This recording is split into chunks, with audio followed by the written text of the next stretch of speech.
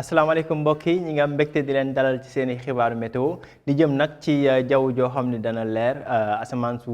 leer naññ lañ fi am ci gox yu bëri ci réew mi dana am tuuti niir nag yu fay faral di doxantu rawatina ci boori bëj saalum bi bu ñu xoolee ci wàllu tàngaay nag température yi dana wàññeeku naam waaye teewul tàngaay bi dana fi desandi rawatina biir dëkk bi jëm boori penku bu ñu jàllee ci tas xibaar yooyu la imaasat bi mi ngi ñuy wan ay niir yoo xam ne dana faral di doxantu ay niir lu sew la yoo xam ne du tee jant bi dana fës ci dëkk bi yëpp waaye nag danañ am ay niir yu xaw a diis yoo xam ne dinañ ko nemmeeku ci boori bëj saalum jàpp boori penku bu ñu xoolee ci prévision guddi tey gi lay jëm nag ba ëllëg ci suba asamaan su leer la ak tuuti niir yoo xam ne dinañ ko seetlu ci réew mi niir yi nag fi muy xaw a gën a bëri wee mooy boori bëj saalum ak penku fele ca Kédougou foofee ci guddik tey gi la jëm nag ba ëllëg ci suba ñu ngi fay yaakaar ay taw muy taw yu néew ay wis la sax daanaka ci boori gox yooyu la rawatina boori Kédougou ñu xoolee li des ci dëkk bi nag dana dal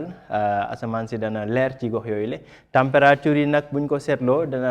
wàññeeku bu baax ci réew mi rawatina diggante bëj gànnaar ak sow ñi ngi séentu fukki degré ak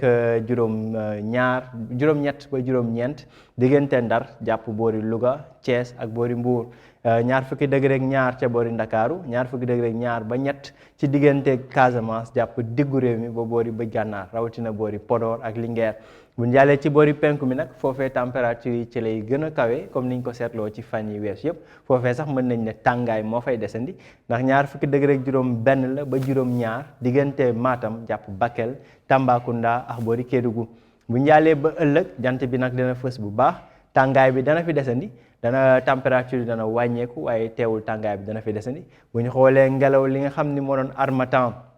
wéy na te nañ ñi ko doon am ci fan yi weesu wéy na ngelaw liy jógee boori bëj gànnaar rek sow nag moo fi ne ba tax na température xaw a wàññeeku rawatina boori sow bi ñi ngi yaakaar ñaar fukki degré ak juróom ñett ca boori Ndar ñaar fukki degré ak juróom ñaar ca boori Ndakaaru fanweeri degré ak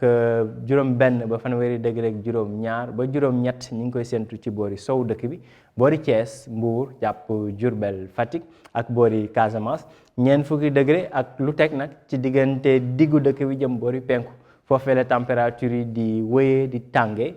buñ ko xoolee sax ci boori penku bi ca boori Matam jàpp Bakel foofu la température di kawe lool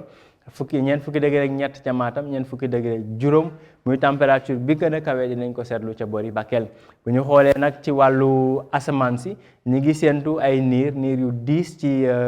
suba ëllëg ci guddi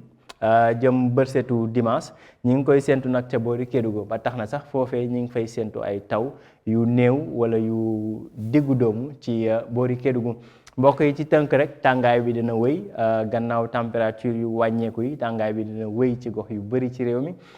niñ ko seetloo rek ci xibaar yi jàll léegi rawatina diggu réew mi jàpp boori penku loolee nag guddi gi température yi dana fa des muy température yu kawe waaye tamit ci bëccëg gi comme niñ ko seetloo jant bi moo fi fës bu baax li ñu fi jëm nag ci boori Kédougou foofee nag danañ fa ami niir yoo xam ni mën naa jógee diggante Guinée ak Mali wala yaan dugg ci boori Kédougou indi fa nag ay wifisel wala ay taw yu yemamaay diggante tey ci guddi jëm bërset waaye tamit ëllëg ci gaaw bi ci guddi jëm nag bërsetu dimanche mbokk yi li moo doon xibaar yi jox leen dig daje ba ëllëg ba altine ci yeneen xibaaru météo jërë ngeen jëf